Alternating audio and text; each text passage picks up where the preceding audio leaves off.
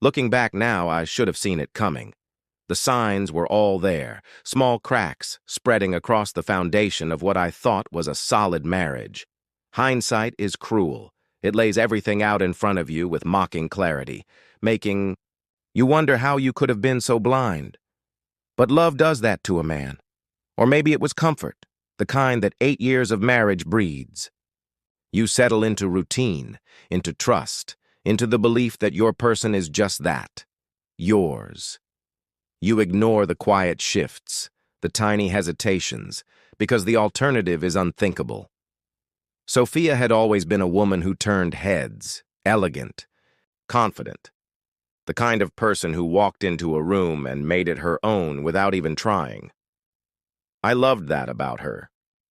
I still remember the way I used to watch her when she wasn't looking, completely captivated. She had a presence, a magnetism. And for years, I thought I was the luckiest man in the world to be standing by her side. But in the months leading up to that night, the night that changed everything, something had shifted. It was a slow unraveling, like a thread being pulled from the fabric of our life together. It started small, the way her laughter changed. Lighter, almost distant. The way she hesitated just a little too long before answering certain questions. The way she started dressing differently. Not just well, but intentionally. More effort in ways that weren't for me. Then there were the late nights. "I have to stay at the office," she said one evening, slipping into her coat. Her hair was perfectly styled, framing her face as she turned toward me, flashing the same easy smile she always had. But something about it didn't sit right. "Another late night?" I asked, setting my coffee down. She hesitated. Just for a second. But I saw it. "You know how it is," she said, brushing a strand of hair behind her ear. "Deadlines." I nodded, pretending that flicker of doubt in my chest didn't exist. She worked in marketing. Deadlines weren't uncommon. Long hours weren't unusual. But the way she avoided my eyes when she said it, something was off. Still, I let it go. Then came the phone calls. Soft, hushed conversations behind closed doors. The way she would lower her voice when she thought I wasn't close enough to hear. If I walked into the room, she would quickly end the call, tucking her phone away like it was second nature. "Who was that?" I asked once, leaning against the doorway. "Oh, just Emily," she said. Her best friend, the built-in excuse. And I let that go too. I don't know why. Maybe I was too busy, too distracted with work, too unwilling to believe that something could be wrong. I told myself I was imagining things, that I was reading too much into it, but the feeling in the back of my mind wouldn't go away. The real turning point came on a Friday evening. I had been looking forward to spending the night with her, just the two of us. A quiet dinner, maybe a movie. Something simple. Something to remind us of who we were before life got too busy. But when I got home, the house was empty. No note. No message. Just silence. At first, I tried to shake it off. Maybe she got caught up with work. Maybe she stopped to see Emily. Maybe she lost track of time. I checked my phone. Nothing. I paced. The living room, poured myself a drink, sat in the quiet, and tried not to let the worst thoughts creep in. Hours passed. When the door finally opened, she walked in. Her makeup slightly smudged, her hair not as perfect as when she left. Her blouse was wrinkled in a way that didn't match a night at the office. Something in me clicked into place. "Where were you?" I asked, keeping my voice calm. She froze, just for a second, before letting out a breathy laugh. "Emily and I grabbed drinks after work. I didn't think it was a big deal." Didn't think it was a big deal. She hadn't texted, hadn't called, hadn't considered that maybe, just maybe, I'd be home wondering where my wife was. "You didn't think to let me know?" I asked, watching her closely. Her smile faltered, that flicker of guilt. "I'm sorry," she said softly. "I'll let you know next time." Next time. I nodded. Because what else was I supposed to do? Accuse her? Demand answers? Confront her with nothing but gut instinct? No, I needed more than that. The final piece came unexpectedly. A receipt. I wasn't looking for it. I had been searching her purse for a pen, something innocent, something routine. But there it was, tucked beneath a stack of papers, a dinner for two at a high-end restaurant, the kind of place we used to go to celebrate. Except I hadn't been there. I stared at it, my heart hammering in my chest, my fingers tightening around the flimsy paper. My mind raced through every possibility. Maybe it was a business dinner. Maybe she took Emily out. Maybe... No. I sat in my office that night, the receipt in front of me like damning evidence. The late nights, the quiet phone calls. It all came, crashing down in a single moment. She was lying to me. I wanted to confront her right then and there. I wanted to hold up the receipt, watch the excuses form on her lips, watch the panic flicker in her eyes. But I stopped myself. Anger wouldn't solve anything. If I was right, if she was hiding something, I needed proof. The next morning, I made a call. Jordan picked up on the first ring. We hadn't spoken in years, but he didn't hesitate. "I need your help," I said, steady despite the storm raging inside me. Jordan didn't ask questions. He simply said, "I'm on it." That night, I watched Sophia across the dinner table, laughing about something trivial. She looked so normal, so comfortable, like everything was fine. But I knew better now.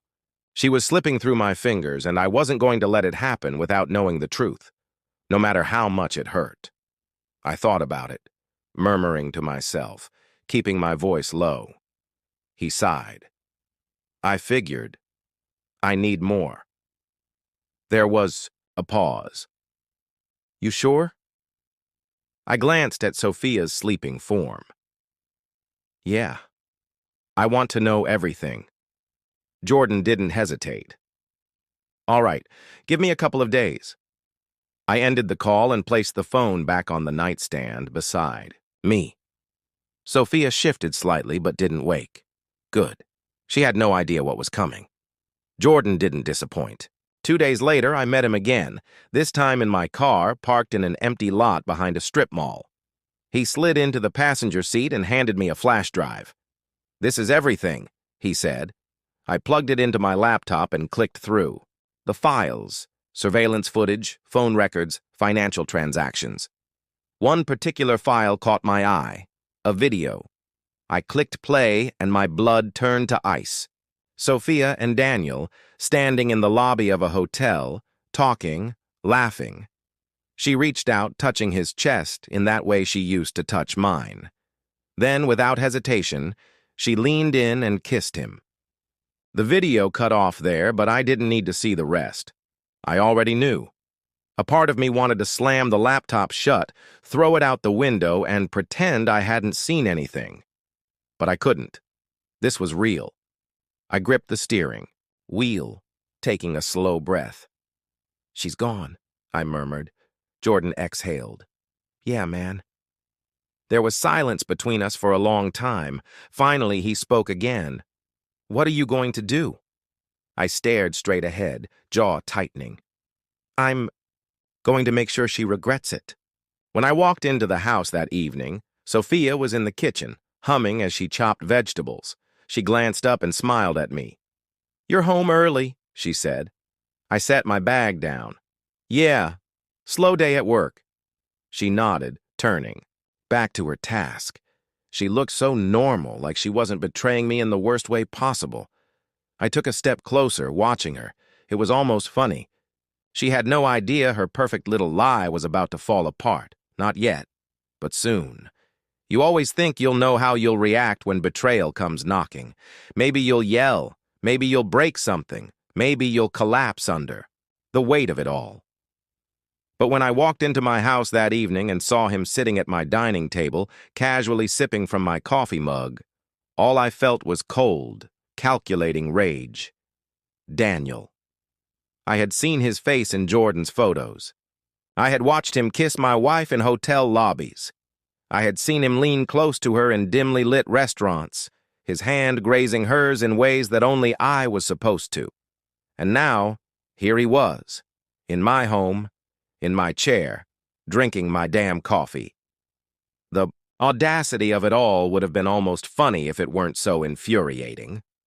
I forced myself to stay calm as I stepped forward. Sophia sat right next to him, her hands clasped together on the table, eyes darting toward me before quickly looking away. That alone told me everything I needed to know. She had invited him here. She wanted me to see this. She wanted to humiliate me.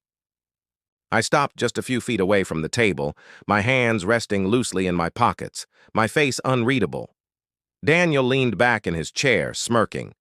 He lifted the mug in my direction like it was some kind of toast. "Nathan," he said smoothly, as if we were old friends.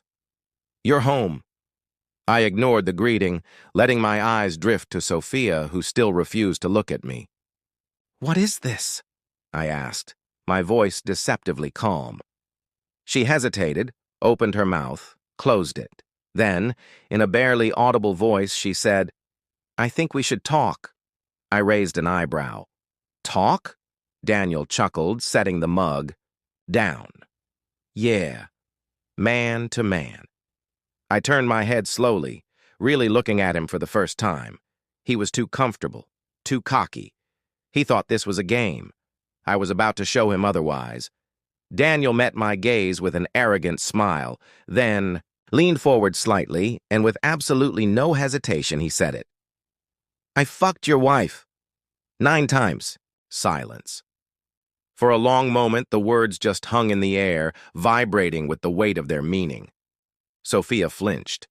I exhaled slowly through my nose, feeling something dangerous coil in my chest. 9 times, not once, not twice. 9. A sickening clarity settled over me. This wasn't just an affair. This wasn't just deception. This was deliberate. This was meant to break me. I glanced at Sophia again. She was staring at the table, her fingers twisted together in her lap, her shoulders tight. She knew exactly what she had done. And worse, she had done it on purpose. But I wasn't about to give them what they wanted. I wasn't going to break. Instead, I smiled, a slow, measured thing, a smile that didn't reach my eyes. Then, just as casually as Daniel had spoken, I reached forward and picked up the coffee mug in front of him. He raised an eyebrow, amused. "Gonna have a sip?" I swirled the liquid in the cup, watching the way it moved. Then, without a word, I gripped the handle tighter and smashed it into his face. The sound was deafening. Ceramic shattered, liquid splattered everywhere. Daniel let out a choked grunt of pain, reeling backward as his chair skidded across the floor. His hands flew up to his face, blood immediately seeping between his fingers. Sophia screamed. "Nathan!" she shrieked, scrambling to her feet, eyes wide with horror. Daniel groaned, staggering out of the chair, hands still cupped over his mouth. Blood dripped down his chin, staining his shirt, pooling on the table.